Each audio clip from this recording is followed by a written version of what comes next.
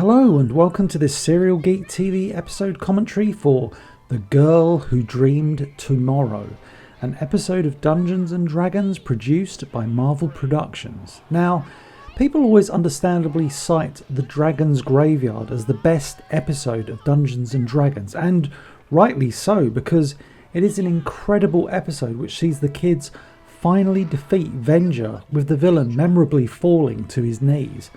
But I would say that if that episode by Michael Reeves did not exist, then this episode, The Girl Who Dreamed Tomorrow, would be a strong contender for the best episode of the series, and at the very least included in every top 10 list. This episode is written by Carl Gears, a creative powerhouse who sadly passed away in 2022.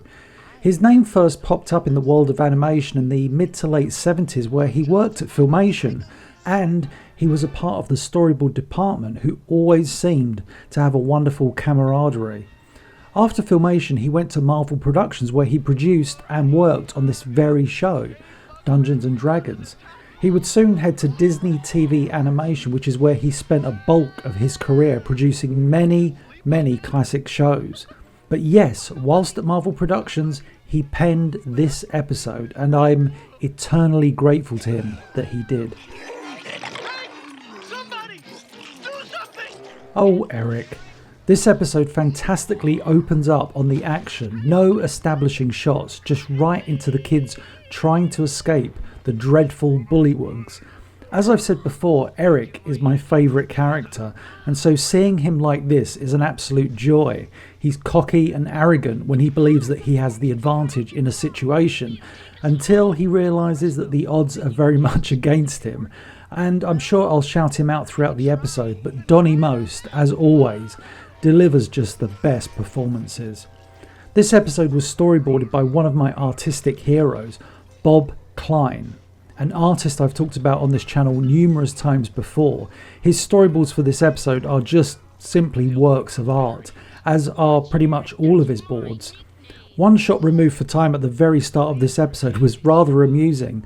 As Eric swings back towards the bullywugs on the vine, we see Hank lower his head and Presto take off his hat, basically paying their respects to Eric, who is heading towards his doom. It would have been a great visual had it ended up in the episode. But who is this mysterious dog? Clearly a dog from their homeworld. I always love these little moments where Eric closes out the scene with a comedy take. Now watch the opening of this next shot. So atmospheric. The way Bobby is backlit and that wonderful reveal of Terry.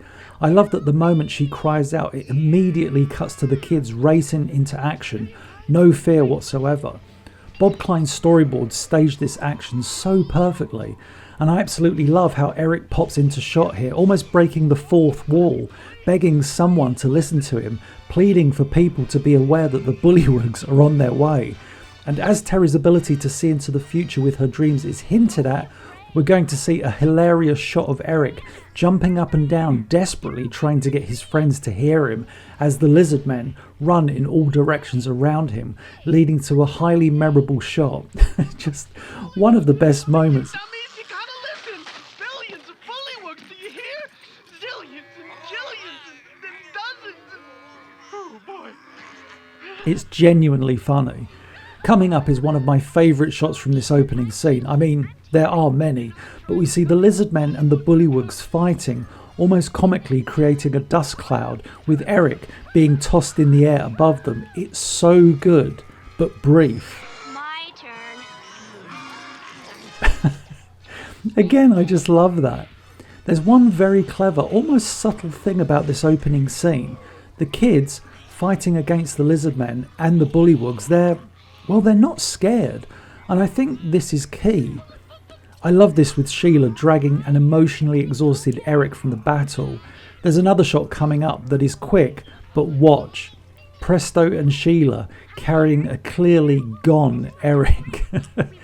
Going back to what I was saying about the kids fighting their foes in this scene, go back and watch this At times, they're almost enjoying the thrill of battle. For example, the normally timid Sheila runs into battle without a moment's hesitation. Yeah, Eric is Eric, but I think what this scene demonstrates on some level is that the kids are more than used to the realm at this point. They fought so many weird and wacky creatures that a group of lizard men and a group of bullywugs are just an obstacle in their seemingly never-ending journey home. It's a wonderful decision by the writer to have the story shift from all-out action to this very serene, peaceful setting. A change of location, still not completely safe because no one is safe for too long in the realm. But here, a little campfire and a change of pace allows for us to catch our breath and see how these characters react to their new friend, Terry. There are some beautiful visuals in this scene, the use of shading, some characters facing away from the campfire resulting in them being backlit. Dungeon Master, of course, shows up and his dialogue can be somewhat overlooked on this occasion. He talks about the kids getting home, but in order to do so, they must first destroy the way back. This comes back perfectly towards the end of the episode because it's less of a riddle and more of a factual statement, as we shall find out. Another thing to love about this scene is the way in which Bobby acts. He's a little boy and so he tries to act somewhat distant and more mature in front of Terry, not trying to impress her, but rather acting aloof. The way the artists at Toei illustrate Bobby in this scene is also fantastic. It really does match his dialogue delivery so perfectly. We all know that Bobby has a crush on Terry and her reactions to him are perfect, as she is not confrontational in reaction to his attitude, but almost respectful of the world and these children that she has recently become friends with. I think she senses that they have all seen a great deal in this crazy world. And we're about to see the first of Terry's dreams. These scenes are pretty powerful. My one criticism is that I kind of wish they had made the dream sequences look a little more dreamlike, using maybe a different colour palette or something like that. Regardless, I think they keep the visuals the same in order to bring home just how real these dreams are for Terry because, well, they are. And the music in this scene is very much key. We have a hopeful situation, the portal to the way home appearing, but there's an uneasiness. The music suggests that something isn't quite right about this situation.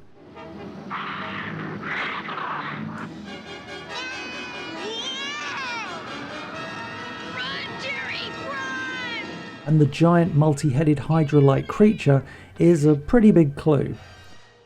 And we get a good tease of a terrifying maze that we shall soon encounter. Also, pay close attention to when Terry wakes up from her dream. It's great how she immediately reaches for Bobby and we see Terry's dog, Freddy, place a paw on her in order to comfort her. Such wonderful attention to detail. A bad one. This whole place is a bad dream. Tell her to shut up. I'm trying to... You shut up, Eric! Ted Field III was such a wonderful actor on the show. I have voice recording sessions, the original reels from numerous episodes of Dungeons and Dragons that I need to showcase on this channel. And in those sessions, yes, he is voice directed as many actors are, but he delivers the key lines so wonderfully.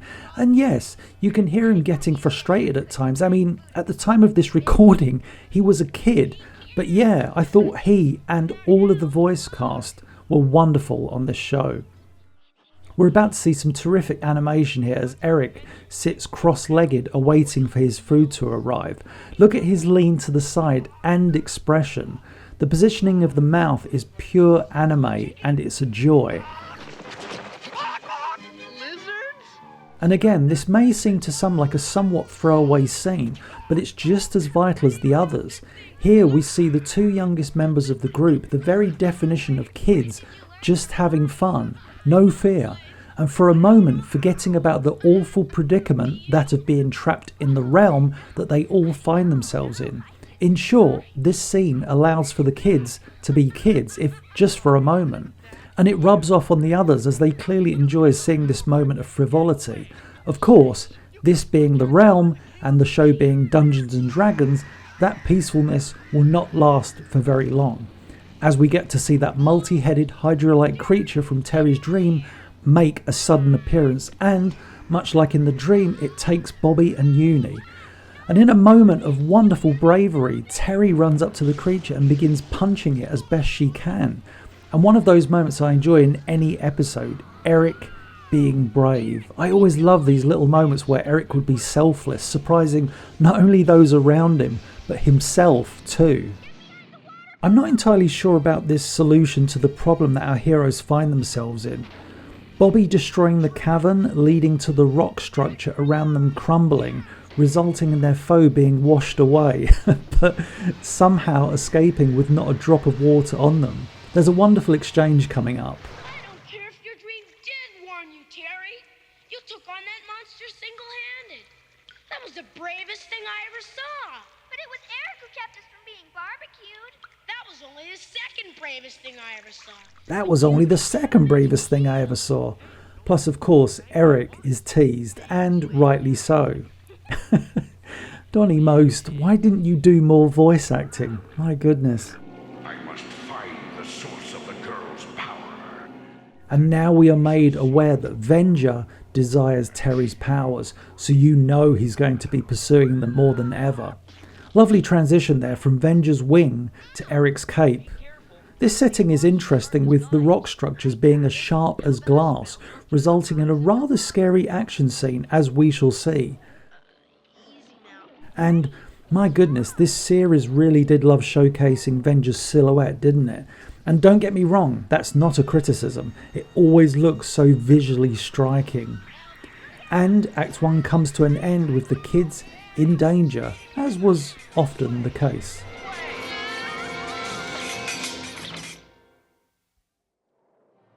As I said before the break, this scene always seems pretty dangerous. Rocks as sharp as glass flying through the air. Thankfully, the danger is over almost as soon as it started, and if you listen, there's no mistaking that wonderful Johnny Douglas music first heard on the Incredible Hulk cartoon from 1982. Push! Thankfully, that piece of music worked so perfectly in this show, and I'm sure that there are certain pieces of music from The Incredible Hulk or Spider-Man and His Amazing Friends that would not have worked too well within Dungeons and Dragons, and vice versa. Thinking about it, I'm sure I've mentioned before, but in the original series Bible it was mused that Eric's shield would be able to grant him the power of flight. I'm kind of glad that they removed that power, as that would have made the maze kind of pointless. He would have just been able to simply hover over it and guide his friends to their destination. There's a really striking shot of Venger coming up that I often forget about. He stood in front of a sunset and it looks incredible. And I can assure you that Bob Klein's storyboards are equally as impressive. And speaking of visuals, Japanese studio Toei Doga, of course, did a lot of work for this series, and arguably some of their best work for Marvel Productions was executed on Dungeons and Dragons. But, like every show outsourced, even if it were to the same studio, sometimes the quality would differ. This is one episode which has some of the finest animation from Toei Doga. It's actually astonishing how close to Bob Klein's incredibly expressive boards this episode comes. It's a brief moment, but I love how Bobby aids Eric and kind of calms him down, assuring that all will be okay. Yes, these two bicker back and forth pretty much in every episode, but it's obvious that they do care for one another, as do all of the group. And now this. This is where the episode gets really dark. There are many questions which are asked by Dungeon Master's pupils. Why are there suits of armour here? And why do they appear to have been fighting one another prior to their demise? And then everything begins to make sense, with some incredible visuals on the part of Toei Doga. The way the characters are lit in this scene is phenomenal. What's the matter, little boy? Don't you like me insulting your goody-goody girlfriend? Girlfriend, Bobby's got a girlfriend. It's such a haunting scene, and well, now we know what happened to that group of armoured warriors. They killed one another. It's great how the children come out of this nightmare with very little recollection of what just happened, as if it were a bad dream. And just like any good moment of horror in a cartoon, you need a bit of humour, and so we have Eric examine a piece of armour to which an eerie voice tells him to beware. You forget the old Cavalier has a brain as strong as a steel trap. Beware, Cavalier. And just like that, we're back. Really nice touch here that sees Hank use his energy arrow as a rope. Yes, this could see us raise a bunch of questions as to other situations in which he could have used his energy arrow as a rope, but hey, let's not get too picky. There's a rather sweet moment here as the gang, after a goodly time walking, decide to take a rest, both physically and emotionally exhausted. And now we're going to see into another of Terry's dreams, and this one impacts the entire series, in which she's back at school. The school bell rings, and who is this holding her necklace? It's Bobby. Such a lovely moment. I should say, at this point, the episode really starts pulling on the old heartstrings. You can't help but smile. This exchange between Terry and Dungeon Master. Was that just another dream? Yes, but like the others, it will come true. I mean, wow. I love that as Bobby talks to Dungeon Master, Terry is almost reacting with such joy, looking back at Bobby, knowing that one day they will be reunited. Actually, in Bob Klein's storyboards, Terry is visually more overjoyed, and it's obvious that she knows something. I kind of like the fact that Toidoga plays down her reaction. And there's an interesting line coming up from Dungeon Master. All that remains of a band of brave warriors, pupils of mine in a time long past. Yes, quite a startling revelation. Those suits of armour, those warriors, the ones that seemingly killed one another, they were pupils of Dungeon Master that failed to pass the tests of Venger's Maze. I mean, how crazy is that? I think it's the first time we're explicitly told that Dungeon Master has had pupils before. Also, another key line that Dungeon Master delivers is rather subtle, but I think it affects the decision of his pupils. He states that when they venture through the portal home, the maze will remain, thus luring countless others to their doom. I think at this point, although not explicitly stated, the children know that once Terry is sent home, they will have to destroy the portal and the maze to prevent the deaths of any more. It's such a selfless act. Be sure to look at the final shot of the maze destroyed. It's fantastic. And I adore the exuberance of the children. There's so much joy. Eric hugging Freddy is a lovely touch, but my goodness, Bobby's change in expression is one of those moments that sends chills down my spine every time. And now, knowing that he may lose, Venger begins to bargain with Dungeon Master's pupils. And, of course, the kids don't bat an eyelid in not accepting Venger's horrific terms. No comedic line from Eric either. They're not handing Terry over. Simple as that. I think not. Bring her to me now. You want her? Come and get her. Man, Venger's wingspan is so great in that shot. And now, enraged, Venger transforms into a ridiculously detailed and frankly terrifying creature. I always love these moments when Venger would assume another form. It just makes him feel so much more powerful than we are regularly shown throughout the series. I love how Hank basically has Bobby lead the others to the portal as he will act as a distraction. It's lovely that Hank always treats Bobby as an equal, never downplaying his importance to the team. And that's what they are. These children are a team, as we shall soon see during the climactic moments of this epic battle. So yeah, we're about to see the twist hinted at during Dungeon Master's most recent appearance. The children know that they must destroy the portal, but first, Bobby is going to get Terry home. Just an incredible moment. I'm not going without you. Sorry, Terry. And after this, I'll tell you something never before revealed about this scene. You'll find a way out of this crazy world, Bobby the Barbarian. You hear me? Remember what the Dungeon Master said to me. Remember what he said, Bobby. Oh, it's so good. Just pure emotion. So, ready for this? Those two actors, Ted Field III as Bobby and Georgie Irene as Terry, they weren't in the same recording session. Just how amazing is their voice acting chemistry, the emotion, and they weren't even able to play off one another.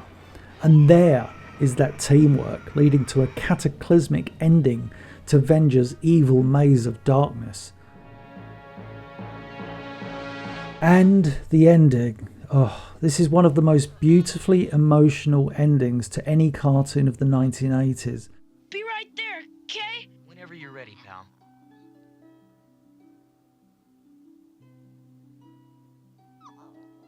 Poor Bobby is heartbroken and out of frustration, not wanting to be reminded of Terry because it's so painful, he's ready to throw away the necklace.